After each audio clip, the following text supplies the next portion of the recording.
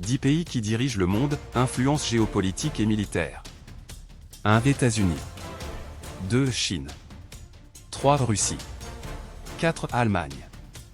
5 France. 6 Royaume-Uni. 7 Inde. 8 Japon. 9 Arabie Saoudite, pouvoir énergétique. 10 Turquie, rôle géostratégique. 10 pays qui tiennent l'économie du monde, PIB plus influence économique. 1 États-Unis. 2 Chine. 3 Japon. 4 Allemagne. 5 Inde.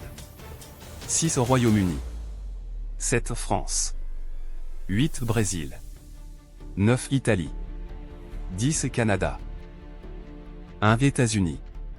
Les États-Unis sont la première puissance économique et militaire mondiale. Leur influence s'étend à travers la technologie, le cinéma, la culture populaire, Hollywood, musique, la finance, Wall Street, et la diplomatie. Ils jouent un rôle clé dans l'OTAN et les décisions de l'ONU. 2 Chine. Deuxième puissance économique mondiale, la Chine est un moteur industriel et commercial. Elle influence les chaînes d'approvisionnement mondiales, investit massivement en Afrique et en Asie, projette Belt and Road et renforce son poids politique et militaire. 3 Russie.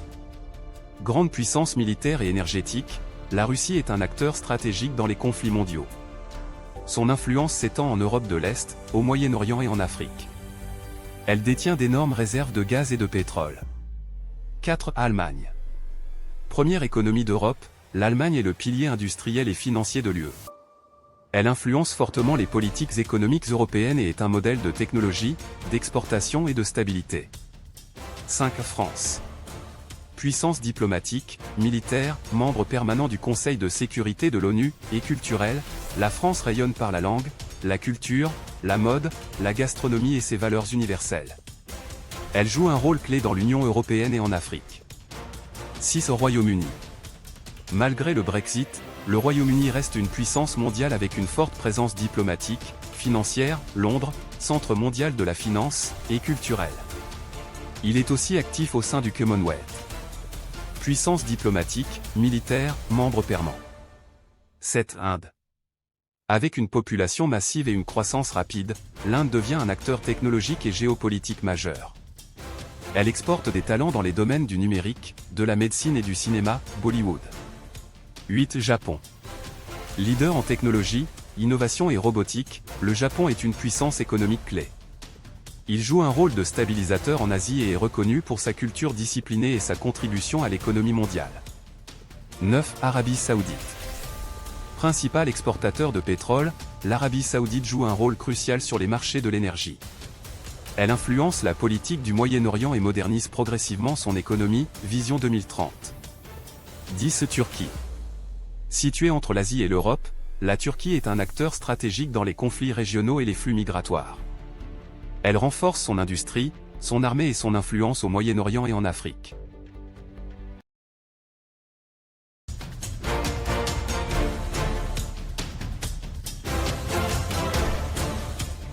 Les méfaits du téléphone, une dépendance silencieuse qui nous dévore. Dans un monde hyperconnecté, le téléphone est devenu bien plus qu'un outil. Il est notre réveil, notre caméra, notre agenda, notre miroir social. Mais derrière cette apparente utilité, se cachent des effets profonds, souvent ignorés et destructeurs. Des études montrent que l'usage excessif du téléphone affecte gravement la concentration, surtout chez les jeunes.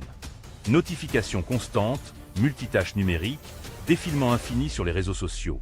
Notre cerveau n'a plus le temps de se reposer. L'attention diminue, la mémoire s'affaiblit, et même la créativité recule. Sur le plan psychologique, le téléphone favorise l'anxiété, la comparaison toxique et la solitude, malgré l'illusion d'être toujours entouré. Les réseaux sociaux créent un besoin permanent de validation, d'apparence, de performance. Et chaque like devient une microdose de dopamine, rendant l'utilisateur dépendant, sans même s'en rendre compte. Chez les plus jeunes, on observe une asthénie inquiétante des troubles du sommeil car la lumière bleue des écrans perturbe le rythme naturel du corps. Le soir, au lieu de reposer l'esprit, on l'inonde d'images, de bruits, de stress numérique. Même les relations humaines en souffrent. On parle moins, on écoute moins.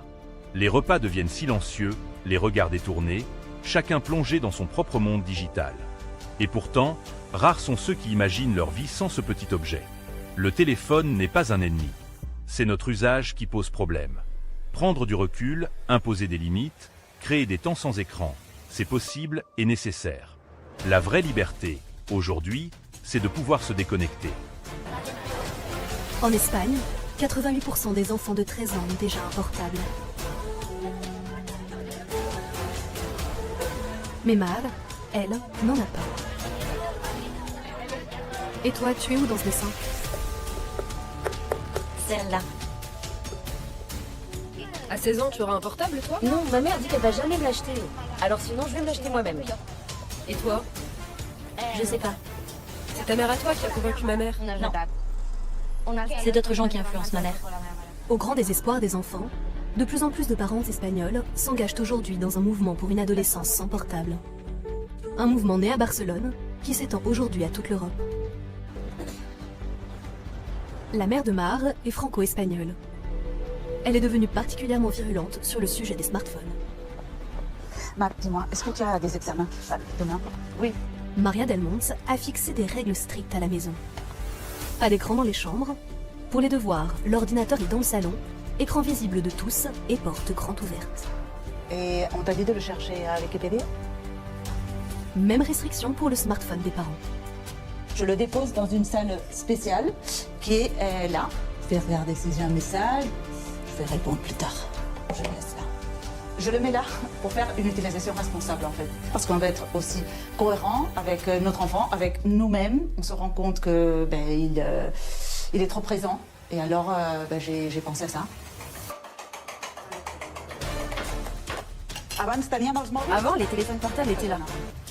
Ici, c'était un vrai parking de portables. Et là, il y avait tous les chargeurs. Par moment, je me dis, ouch, est-ce que j'ai reçu un message? Et je ressens le désir, la pulsion d'aller voir. Mais comme il n'est pas là, il y a cette distance qui m'aide à me contrôler. Lui, il me dit que je suis accro.